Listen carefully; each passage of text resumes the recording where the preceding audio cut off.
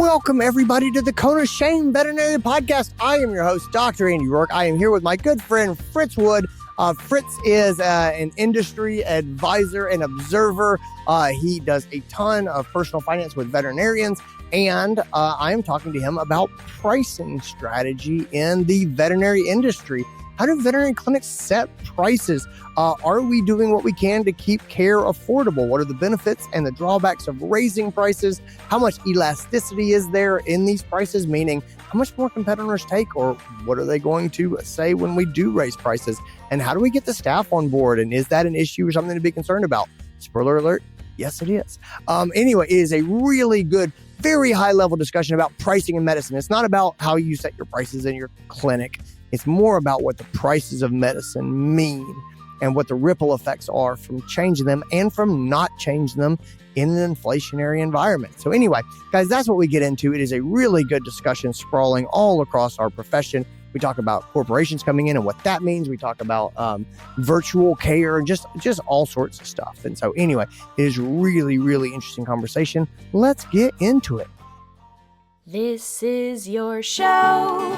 We're glad you're here. We want to help you in your veterinary career. Welcome to the Cone of Shame with Dr. Andy Roark.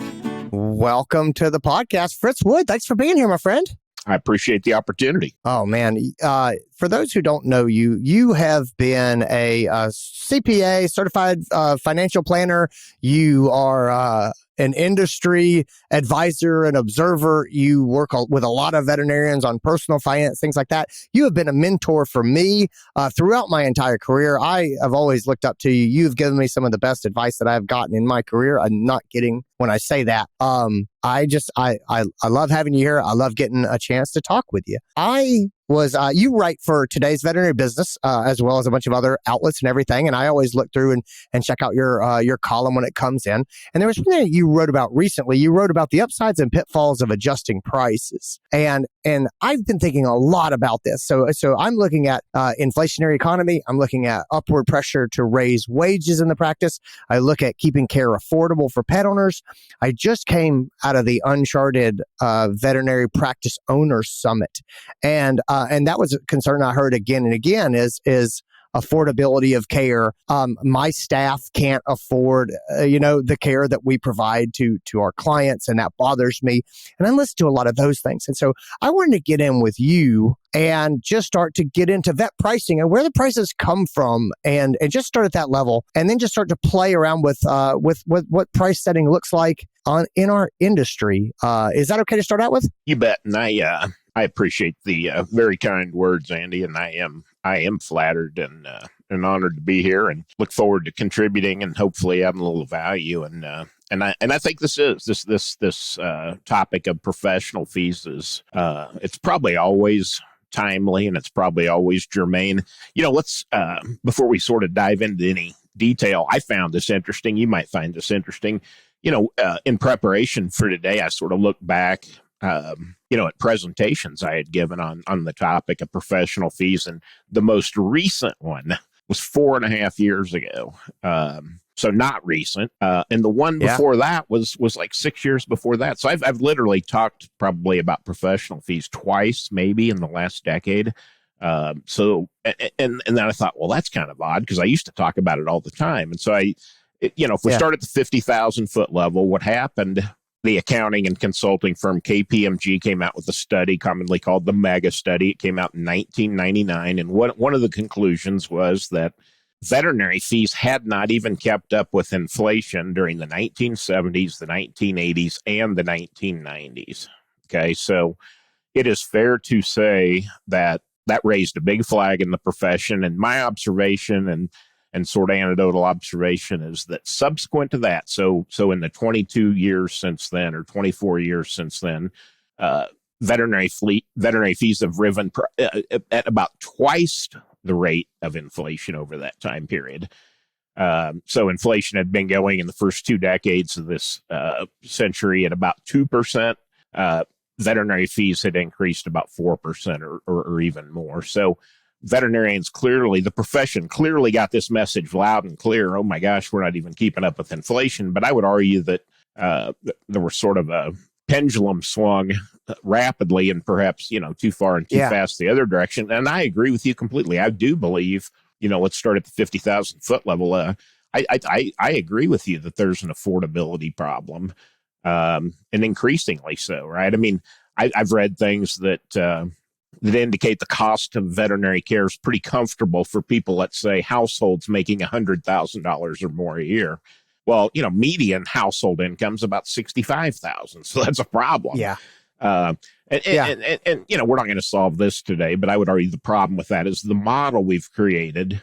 Let's just round numbers, say 30,000 veterinary hospitals is a pretty expensive way to deliver veterinary medical care. In other words, if you design the profession from scratch to deliver care cost efficiently, it wouldn't look at all like this, right? I mean, for example, there are 6,000 or 5 times fewer human hospitals than there are animal hospitals. There's about 6,000 compared to 30,000 animal hospitals.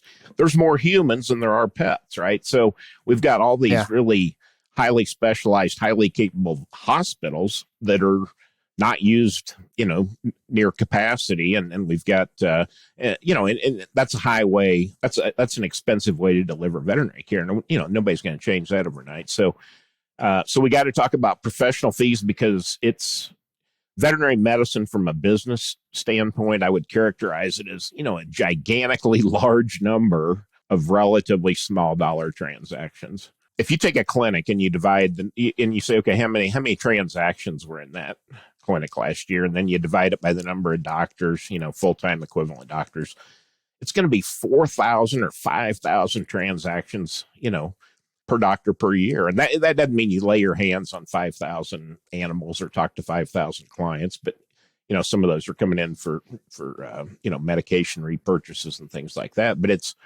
a business of a hugely large number of transactions at a relatively low dollar amount. So small changes to the fee structure have a large impact on the business because of the number of transactions. So, that's kind of where we are, where we've been. I mean, I'm hearing people struggle with the same thing. There is an affordability issue. The people at the front desk are hearing it all the time. Clearly, this notion of inflation, I just saw today, the most recent numbers are 7%. So everyone is having a larger percentage of their family budget or household budget, necessarily allocated to things like utilities or energy, gas for their car, food at the grocery store, right? I mean,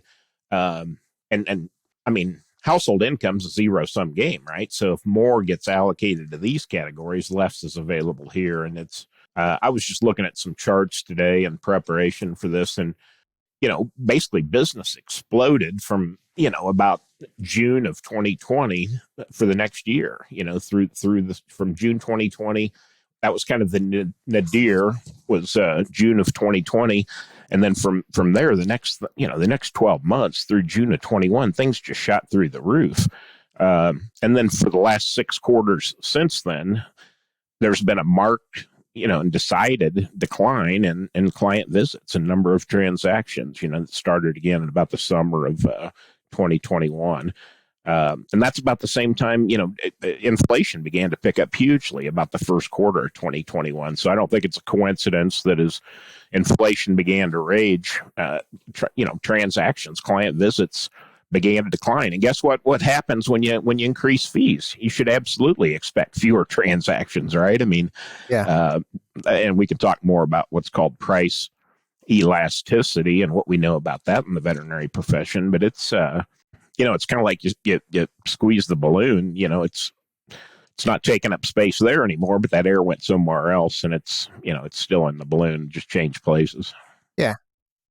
Do you think that rising prices in vet clinics have played a big part in the 6 quarters that we've seen of sort of declining number of transactions? Do you think there's other factors at play besides that? No, I think there's a host of factors that have little or nothing to do with the fact that we've raised fees, right? I mean, I don't think, I don't think you can draw that decline. I mean, in other words, fees have increased continuously, right? This isn't just a matter that happened in the last 6 quarters. They've increased continuously. I think it was the inflation that kicked off. I mean, and part of it is the first year that we were comparing against, so of the 6 quarters where things have declined, 4 of those, or we were comparing against a period before that was really abnormally inflated, right? So we would expect it to be back to normal, but then the last 2, we've lapped that now, and so the last 2 quarters we're looking at, results from a period that had already been in decline. So and it's going further. I mean, I think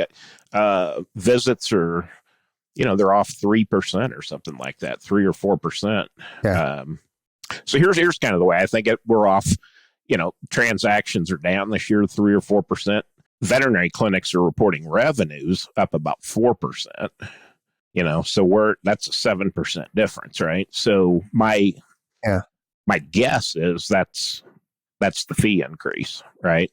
That's 7% fee increase. So we're down 3 in visits, but we're up 4 total. Well, it's that was the 7% increase in professional fees. I'm assuming, by the way, for this purpose of this conversation, that we're only talking about professional fees. I mean, I think implicit in this conversation has to be that people have good controls in their clinic such that when the prices of products or inventory items change, that is immediately reflected, in a change of their prices. In other words, they've got control over their inventory to make sure that supplier or manufacturer increase in prices are passed along immediately. And they will. I mean, every pharma company is going to increase the price of every product every year. I mean, that's you can bank on that. So you need to have, that needs to be mechanical in the clinic and automated with the practice management system. What do you, speaking of inventory, so sort of staying on this topic, do you see inventory revenue decreasing in practices, and how does that affect the prices in clinics, right? So I guess I've always sort of wrestled with this a little bit. There's been a perception of mine that more and more pharmacy business has left the practice to go, online to Chewy or Amazon or, or wherever. Does that increase elasticity for prices for diagnostics or for your physical exam? Meaning, it's never made sense to me, the idea that we would run a practice and it's built on this product model, which Time Machine, if you're going back, please set that up differently. But unless somebody does that, that's what our business has been built on. It was, we sell vaccines, we sell products, instead of traditionally we sell our expertise, like an accountant, or a financial advisor or something like that. And so it's never made sense to me, I guess, if you see products leaving the practices, it makes sense to me that revenue has to come from somewhere. It's going to come from our intellectual property, in our services that way.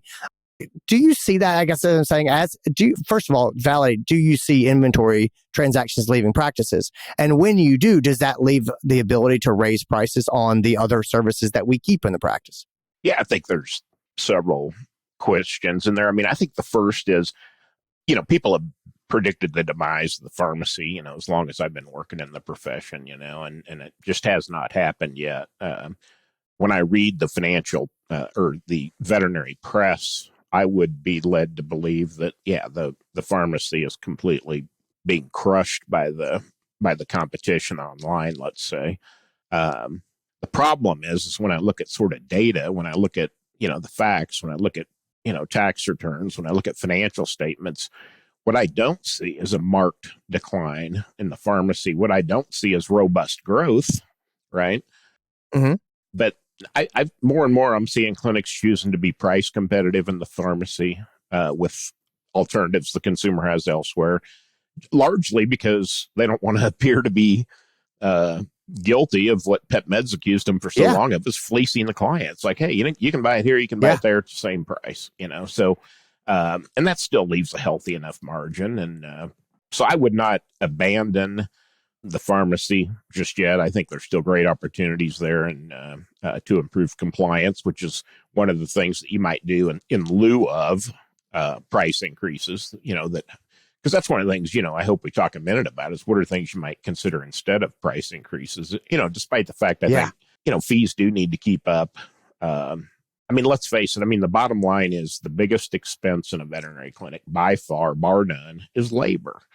It's probably consuming 40% of gross income, maybe more. And I believe, and I think most veterinary practice owners believe, that people deserve to at least not fall behind to inflation. I mean, I think it's a moral issue. I mean, when I used to work at the veterinary schools, I told them to, build into your contract, and this is not even negotiable, cost of living increases. So you simply don't fall behind. And that's not a reward of any kind. That's just hey, we stay even with last year. But you know what? If I'm making $100,000 a year and inflation's 8%, or if I'm a technician making $50,000 a year and inflation's 8%, I need to make $4,000 more or $8,000 more next year just to make the same amount, just to buy the same number of gallons of gasoline, right? Or go to the grocery store the same number of times. And so it's almost a morality or fairness issue to me that, so if we say, okay, we've got this huge expense that's non-negotiable, that it's critical to your success. If these people abandon you, you got no business left. We got to do everything in our power to try to retain them. And one of those is through, fair and reasonable compensation that a lot, to my mind, ought to at least increase with the level of inflation. So, and look, I'll also tell you, obviously, there are veterinarians that I've seen, and practice managers that use professional fees as a cop out, a quick fix. Let's just hit it with that dopamine, and what you tend to have in those kind of clinics. In other words, without sort of changing anything at all about the client experience, let's say, or adding value in any other areas. And I think, if you're charging dramatically more than what you were 5 or 10 years ago, and you probably are, and you're not delivering a substantially different and better experience, then I think you probably are in harm's way. I think client defections, you should expect. I don't think it's just a one-way street where you can hit the button over here and across the board and these fees go up and it produces a lower. That may work for a year, but in year 2 and 3 and 5, I'm thinking your results are going to come back down to earth, because you're going to, nothing more important to a clinic than client retention. I mean, that's, all the data in the world show clients come back more often, they spend more, their pets are getting older, if they defect because they don't feel like they're getting a good value. I need you to square this up for me. So here's what I'm hearing you say, and I want to make sure. So we're talking about cost of living increases, and we say, inflation goes up. Let's keep the numbers easy and say 5%. So inflation goes up 5% a year. For my tech who's making $50,000, she needs to make $2,500 more this year than last year to buy the same amount of gas and put the same groceries on the table. And all that makes sense to me. Are you also saying, it sounds like you're also saying that while my tech expects a 5% raise to keep up with inflation, you don't think that pet owners expect to pay 5% more so that I can pay my tech 5% more just because another year has gone by? Is that what you're saying? I think you're not exactly the first part exactly. The second part, I think, whenever any of us leave a place of business, including pet owners leaving a veterinary clinic, I think you got 3 things that if I asked you a question, you'd be able to answer them immediately. Question number 1, did you get your money's worth? Yeah. Or in other words, was it a good value? Question number 2, are you ever coming back? Question number 3, would you tell your buddies about this place? Right. And you just know intuitively. Now, what we know about veterinary fees, most people are going to find disagreeable because they're not going to believe it. But if you think very long from a consumer's perspective about veterinary care, it is 2 things.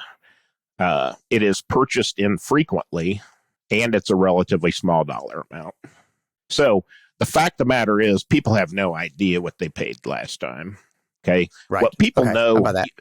You remember, you might have only done it once, but if it was a house and you signed a big mortgage, you probably remember what you paid for that house. Doesn't matter how long ago it was, right?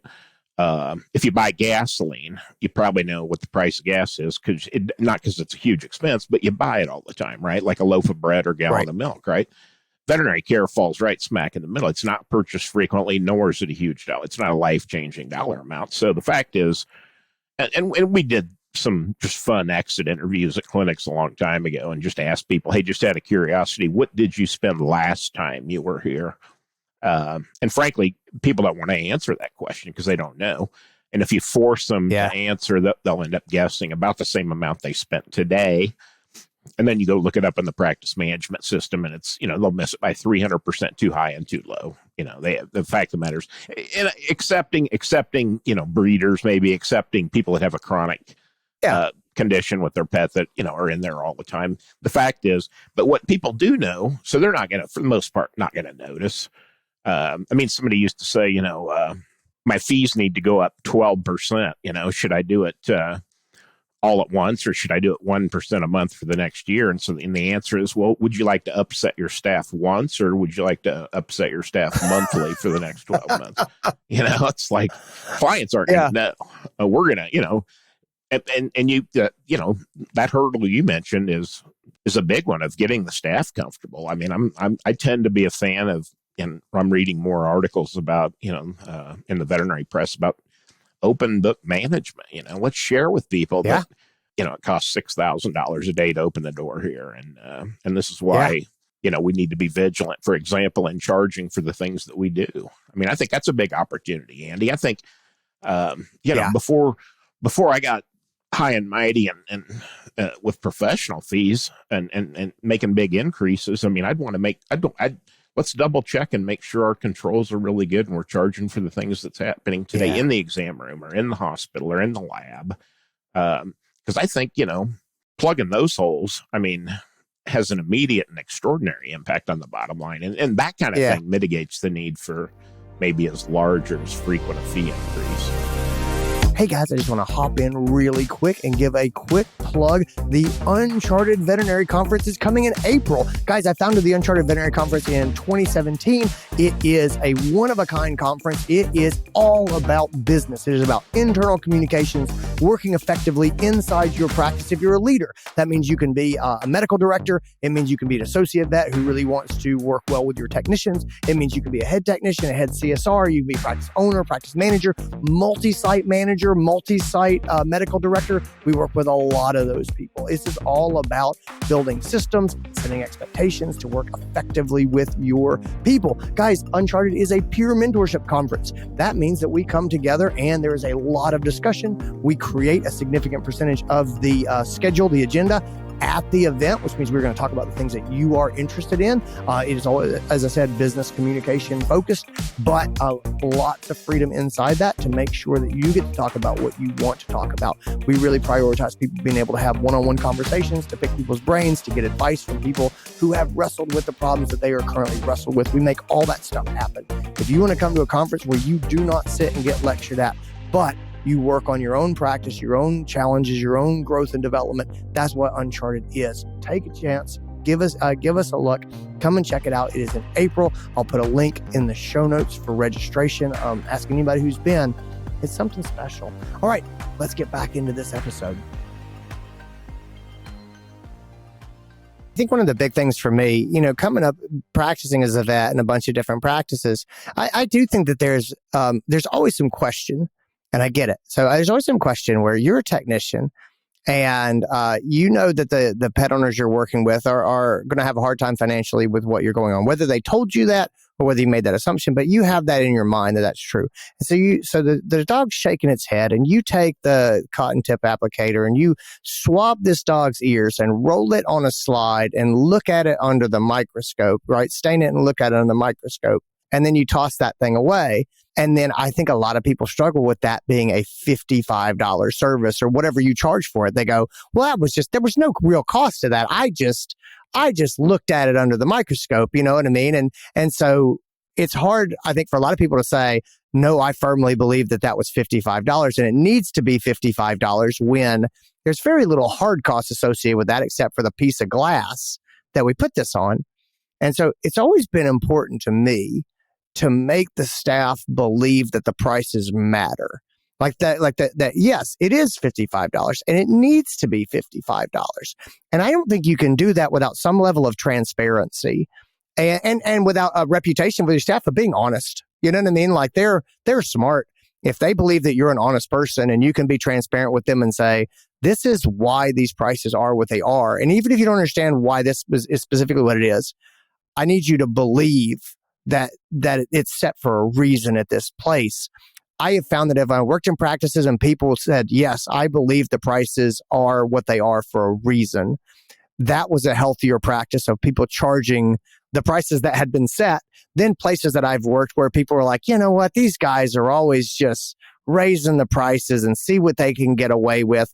And the staff did not buy into that. And as a result, you saw all kinds of little, we only charge for one ear sort of stuff that you go, I don't think that's what was intended, but it happens all the time. But that transparency and people believing in the prices, I think that's really important. Well, I couldn't agree more. I think, and whether that's through open book management, whether that's through confidence they gain, maybe by looking at some industry resources, I'd put a pitch out for the American Animal Hospital Association's veterinary fee reference. I just think that's an invaluable resource for every clinic. Comes out every 2 years, and by far the biggest database, thousands of clinics that are certainly AHA and non-AHA clinics. And, and it's broken down by numbers of doctors. It's broken down by region of the country. It's broken down by urban, suburban, rural, and there's thousands of fees in there. So, it's just a reference point, right? I think any comparisons that you could get from similar clinics, I don't think the clinic down the street, if it's not similar, should really matter to you, right? But if you have a high-end, high-tech, well-skilled, 4-doctor clinic, then you ought to be comparing yourself to, in a suburban location, you ought to be comparing yourself to other clinics that look like you.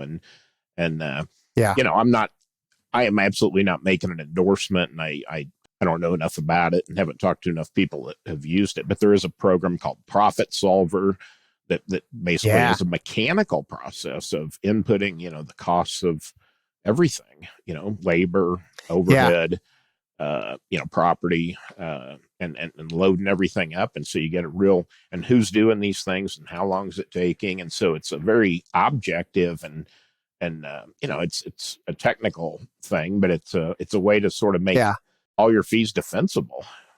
I've always liked that program. And I don't have any stake in this. I don't work with those guys. I don't have any connection to them at all, but I've always liked that program. And basically the idea I think that I like about it is you put your expenses into this program. It's basically a big, powerful spreadsheet, and you put your expenses in and you set your prices, and it says to you, you can't keep the lights on if you price this. And then if you want to reduce the cost of that ear cytology, if you say $55 is too much, I'm going to take it down to 42. It will say, great. What are you going to raise to make up for the amount of money that you just reduced?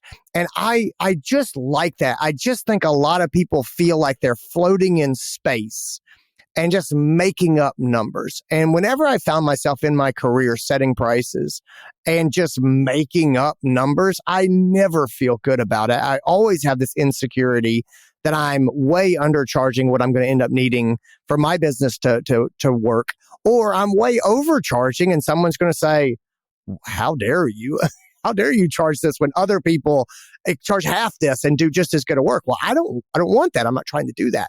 And so to me, I really like the idea of something that gives you a place to put your foot. And so I'll put a link to the AHA vet fee reference. I love that as a resource of, look, just at least get some numbers you can kind of put your foot on. Let's go ahead and play a game real quick here. Where if I came to you and I said, Fritz, I've got my practice, and let's just say it's a 6-doctor practice. And, I want to give cost of living increases to match, inflationary pressures. And I need to get my staff up, and I'm feeling pressure to raise my salaries to retain my staff, which is something I hear a lot about. I am looking at this. I'm thinking I need to raise my fees. What advice would you give me before I did that? So you mentioned some alternatives. What would you walk me through before you said, yeah, let's look at those fees? The very first thing, Andy, would be, let's talk carefully about this fee increase, or I'm sorry, about this payroll increase. And I think what we need to do, we need to define whether that's built into all future payroll, or if that's a discretionary, more like bonus type payout. In other words, back to the technician making $50,000 and we had a 5% increase. One option is to write him a check for $2,500. One is to dole it out, quarterly, or one is to do it at the end of the year. I mean, so, got different strategies there. If people know that's the plan, there's some, and even though it's a total, the dollar amount's the same as far as the employee's concerned, it does give the business owner a little more flexibility in the sense that it's not permanently built into the cost. And you just have to think longer term. I always like to use the example, I started work at, Arthur Andersen in 1986 and had a secretary, and she had begun working there about 5 years before I had been born. Right. And so think of some of the, had there been years like there are now of 7% or 8%, and there were, even higher in the late 70s, real high inflation, you'd have the secretary making $500,000-$600,000 a year, and that's not palatable for that particular position, right? I mean, so you don't want to permanently sort of, graduate out of, and one of the things I'd like to know is, where are we now? In other words, I'd like to see what's your total labor as a percentage as your expense. And there are some other things I would tell you that are beyond the scope of our conversation here, but, let's look at our staff effectiveness. In other words, let's look at things like, number of revenue dollars per labor hour, number of transactions per total labor hour, that give us a measure of, how efficient are we already compared to sort of the averages or the medians and things like that. But so we got to decide, is this sort of paid out as a bonus, or is it part of the permanent increase in the hourly wage or salary on the one hand? And then I think when we start thinking about fees, I mean, I agree that one of the things I think we got to point out, Andy, is what we never want to do, in my mind, is keep a potential client from coming in the first time. We don't want to build up a wall to opening up that door to the lifetime value of a pet. And then even more broadly, which, in my calculations, I just took the AHA fee reference and the protocol I used was like the AHA Partners for Healthy Pets. And if you price that protocol out using fees that people are now charging, I mean, the lifetime value of a dog, probably $25,000, right? So guess what? Pets live in multi-pet households, right? So let's start talking about the lifetime value of that household, or somebody like me. I don't have multi-pets, but I'll probably have 6 in my life, right? So, so suddenly you're talking about tens and tens and tens of thousands of dollars, which is another reason why you want to be fair on your pharmacy prices. It'd be silly to lose the lifetime value of a client because you were $5 too high on flea control. That's bad math. Yeah. Right. So, I think we have to distinguish between, the sort of shopped and exposed fees. And look, the first thing I would tell you, I should have started this whole podcast by saying this subject is a lot more art than science. And that's why things like that profit solver tool intuitively appeal to people like you who are, a scientist, or me who's, an accountant. That's because it's bringing some objectivity to something that is really I'll give you another one. I mean, there's inherently people believe things that are more expensive or more valuable and worth more, right? So that's one reason you may want to be the most expensive clinic in town. And one of the odd things about professional fees is we all tend to think, well, it's that low clinic in town that's holding us all back. And that's completely false. It's the highest clinic in your town. It's their reluctance to go higher. And that's why in certain communities, you have these, what I'd call, pockets of affluence or pockets of poverty. And it all has to do with the highest clinic in that area and their reluctance or their eagerness to continuously move higher. Because the fact of the matter is, veterinary care is never going to grow less expensive, right? And it will always grow more expensive, unfortunately, at least with the model we're using today. Yeah.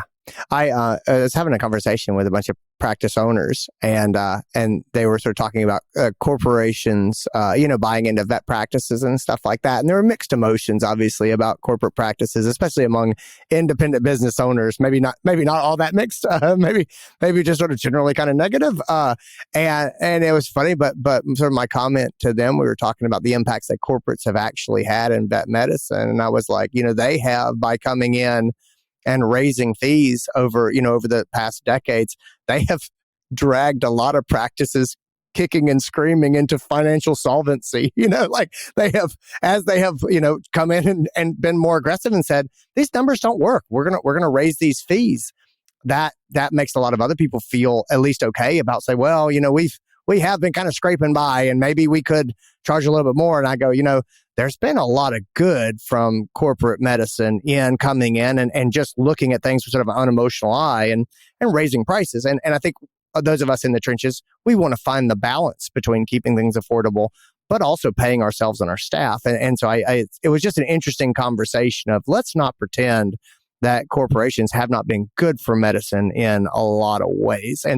But I as you say this about it's not the poorest practice in town that's holding everyone back, it's the richest. And I go, that really makes sense. I really like the way you laid that out. I had not considered that. Well, it's there's always a price leader in any community, and as you point out, very often that's going to be a corporate practice today. They're not known for low cost. I guess there's one that Thrive Affordable has the $15 a month plan, but it's for the most part they've taken the strategy of high end leader. I mean, they're not even Banfield. I mean, you look at their their wellness plans. Mm-hmm. I mean, it's not Or you can go to Walmart and look in the clinics where they have, the vet clinics. I can give you some links to the two companies that are operating there, and all their fees are on their website and everything. And it's not. I mean, it's Walmart pricing, but at the same time, I wouldn't say it's cheap. I mean, it's they're I'd hate to think somebody would look at those fees and cause them to increase their own, but you might. Yeah. I'm sorry. I just was wanting to circle back. One thing I don't think I answered very well on your. If the pharmacy were lost, let's just say tomorrow we wake up and there is no pharmacy in veterinary medicine, then the implication of that is that everything else that you do becomes a lot more expensive necessarily, right? Because you're right, the product business, has basically subsidized the medicine part of the business. And so if the product business goes away in its entirety, then, the services necessarily become more expensive. So I would try to push that day as far down the road as I could. I would fight until I'm, dead. But and it's getting more difficult. But I think if you choose to be price competitive, there's still huge opportunity in the pharmacy. Yeah. Oh, I know. I completely agree with that too. I really like your position earlier. I have to sit and process it. If you said to me, and it sounded like you said this earlier, the media coverage of the pharmacy disappearing is definitely much more real than the actual loss of the pharmacy. I go, that kind of tracks, honestly. Like we still, I have not seen a reduction in the pharmacy that I send out the door, even though, it's been at least 10 years of people telling me that was coming. And you can look at the world and kind of see how you squint and sort of see it. But I think your point is really valid. Of that day has not really come in practice that I've seen. The last question I want to sort of ask you, and I want to sort of get you to squint into your crystal ball a little bit. And we talked about sort of corporates in practice, and then I'm looking and seeing a lot of virtual visits and things like that. I got an email from a big pet retailer that has free vet consults by text and by video when you sign up for their auto ship. And I don't think it's free like you can use this all the time. I think it's maybe you get one free trial, something like that. But basically it was fairly, $15 for a text consult or $20 for a virtual consult. And then it was free with auto ship for X amount of time or things like that. Well, I see a lot of value in that to pet owners. I can see pet owners getting on board with it. When you look and see things like that, do you think that will bring about a radical way in how we price our services or charge for our time? Or do you think that's just going to get kind of rolled in to our current model and things will sort of go on in roughly the same sort of, price breakdown, price priority that they have in the past?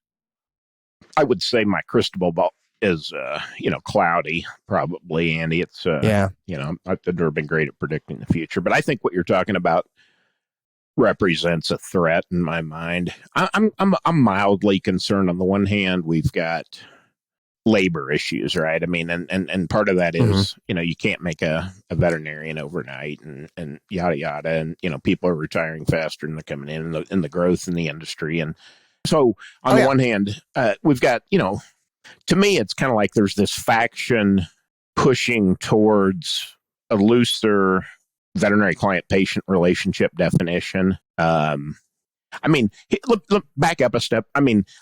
Industry, multi-billion-dollar companies have always considered the veterinary channel to be a stranglehold on distribution, right? Veterinarians aren't notoriously outstanding retailers or merchandisers.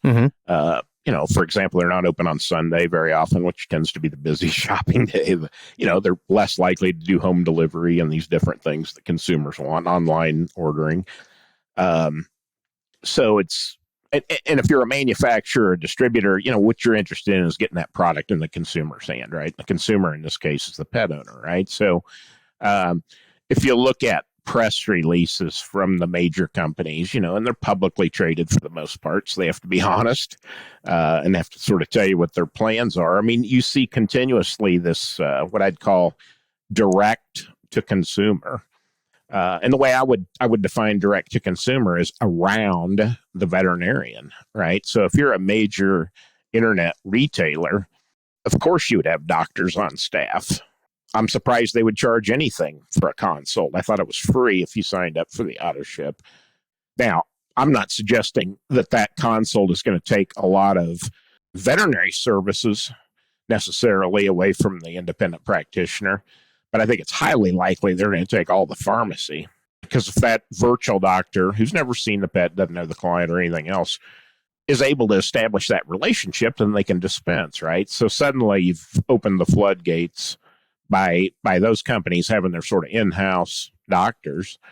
You open the floodgates. Let's face it, you see the same thing with men's health, right? You see these commercials of, I guess you're able to establish some sort of client-patient relationship virtually, and they dispense some sort of, or prescribe some sort of products, right? So it's the same idea. Mm-hmm. It's just circumventing the vet, and I think the forces that are for that are greater than the forces that are against that right now. So when I say that, manufacturers are for it. Consumers, come on, what do you want if you're a consumer? You want home delivery, you want auto ship, you want the free consult. You may never use it, but you want it. You want, a competitive or low price. You want, all those things that you're getting, right? And to a large extent, a veterinary clinic is a single purpose errand for people, right? They're going there to pick up one thing. So it's inefficient. Those are the kind of things. Pet food, of all things people buy on the internet, pet food's like number 3 or 4. It's because it's bulky and because people never want to worry about running out. They just have it auto ship. So, that bothers me that, I think the death of the pharmacy's, premature here, but at the same time, the future looks more grim and difficult than the past. And that causes me to, I already think, like I said, we have an affordability problem in veterinary medicine, but if we lose the pharmacy, then it gets really ugly, right? And then I think you're going to see a real push for things like the Practice Act's changing, let's say technician clinics where they're dispensing vaccinations and doing wellness visits and dispensing flea control and heartworm preventive maybe, and certainly catching a blood sample for a diagnostic test, which is, go look at the Walmart offerings. It's pretty robust. When they take that sample for the heartworm test and the vector-borne disease test, they're trying to sell CBC also, right? Just, an extra 50 or $60, something like that. And so, that's the low hanging fruit, right? Those are things that, as we've discussed, have historically subsidized the expensive medicine that we haven't charged enough for. I think the future, at the end of the day, consumers, love their pets and tend to love their veterinarians. So nothing's going to change quick. Yeah, I get that. It's definitely interesting to look down the road. That's kind of what I was playing with. Fritz, overall, what your final thoughts, words of encouragement, anything like that you would put forward to vets that are looking at their prices? Well, I would say veterinary fee increases are inevitable. Unfortunately, none of us like it, but it's a fact of life. I find that veterinarians they drag their feet, but once they get around to changing their fees, I've never had someone regret it.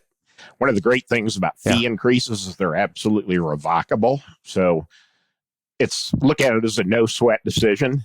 You can change your Mhm. mind. I've never seen anybody do that, but you can always change your mind. You can go back to the way you used to do it. So it's safe. There's a net there. Anything you can make it more defensible through some of the tools we talked about today, so it's well received by the staff, is very important. And look for these other opportunities. Make sure you're charging for everything that's happening. I mean, make sure, that we're trying to get that pet in there for one extra visit. Those kind of things necessitate a much less frequent fee increase. So let's make sure we're doing the blocking and tackling too, and because there is a ceiling, and I think we're hitting it now in terms of affordability, and I think we're getting close to.